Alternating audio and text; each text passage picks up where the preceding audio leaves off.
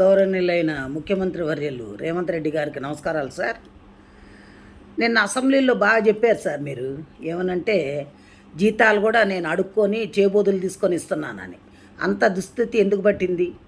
కేసీఆర్ గారు తప్పు చేశారు కాదనట్ల. మరి ఆనాడు అసెంబ్లీ కట్టేటప్పుడు మీరు ఎందుకు అడ్డపడలేకపోయారు? కోర్టు కేసులు ఎందుకు వేయలేకపోయారు? దాన్ని ఎందుకు ఆపలేకపోయారు? ఆపలేదు. సరే, అయిపోయింది. మేము ఎంప్లాయీస్ కట్టే ట్యాక్సీలతోటి మిమ్మల్ని ఉచిత పథకాలు ఎవడు పంచమన్నాడు? ఉచిత పథకాలు ఎందుకు? ఉచిత పథకాలు ఇచ్చి మా జీవితాలు నాశనం చేయమని చెప్పినోడు ఎవడు లేడు కదా. ఎవరు చెప్పారు మీకు? ఉద్యోగస్తులకు బడ్జెట్ ఉంటుంది కదా. మా జీతాలు మాకున్నప్పుడు మాది మీరు ఇంకా అడుక్కునేది ఎందుకు? వేరే దానికి ఎందుకు ఉపయోగిస్తున్నారు? ఫ్రీ బస్సు ఎవరు పెట్టమన్నారు? ఎవడైనా ఈ రోజుల్లో మరీ కూటికి లేని పేదలు నిరుపేదలు ఉంటే ఆధార్ కార్డు చూపెడితే వాళ్ళకి ఇవ్వాలి. అంతేగాని ఒక కూలోడు బయటకు వస్తే 800 రూపాయలు, 1000 రూపాయలు మగవాళ్ళకి, ఆడవాళ్ళకి 800. అలా సంపాదిస్తున్నప్పుడు అది తీసుకెళ్ళి ఎక్కడ పోస్తున్నారు? బ్రాందీ షాపుల్లో పోస్తున్నారు. అదే నువ్వు ఈ ఉచితాలు పెట్టకుండా ఉద్యోగాలు వచ్చే పొజిషన్లో చేసుండి ఇండస్ట్రీస్ తీసుకొచ్చుంటే కంపెనీల్లో ఉద్యోగాలు వచ్చేవి చేసేవాళ్ళు. అసలు ఇవన్నీ ఎందుకండి? 150 మంది మీరు ఎమ్మెల్యేలు ఎమ్మెల్సీలు అందరూ ఉన్నారు కదా, మీ జీతాలు బంద్ చేసేయండి. మీకు జీతాలు ఎందుకు? 10 కార్లు ఎందుకు? మీ సొంత పైసలు పెట్టుకొని వాడుకోండి. కోట్లు పెట్టందే మీరు ఎమ్మెల్యేలు కావట్లా.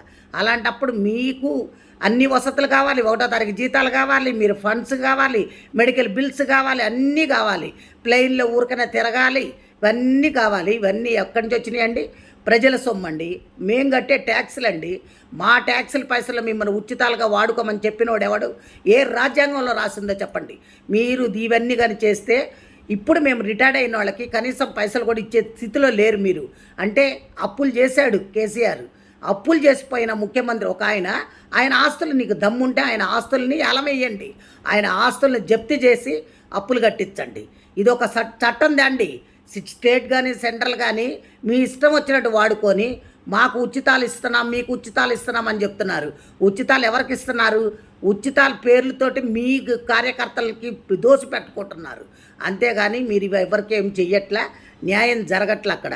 కాబట్టి దయచేసి మీరు ఇంకోసారి ఈ పిచ్చి సలహాలు ఇవ్వకుండా ఇప్పుడు ఎవరికైతే క్లాస్ 4th ఎంప్లాయీస్ కూడా జీపీఎఫ్ పెట్టుకుంటే బిల్లులు ఇచ్చే స్థితిలో లేకుండా అయిపోయారంటే ఏమనుకుంటున్నారు? ముందు అర్జెంటుగా మా బిల్లులు మాకు పాస్ చేయండి. రిటైర్డ్ అయిన వాళ్ళకి మర్యాదపూర్వకంగా డబ్బులు ఇచ్చి పంపించండి. అది పద్ధతి. అందరు తిరగబడితే మటుకు ఊరుకునేది లేదు సార్. ఇది మంచిగా ఉండదు కూడా నేను చెప్తున్నా. Thank you.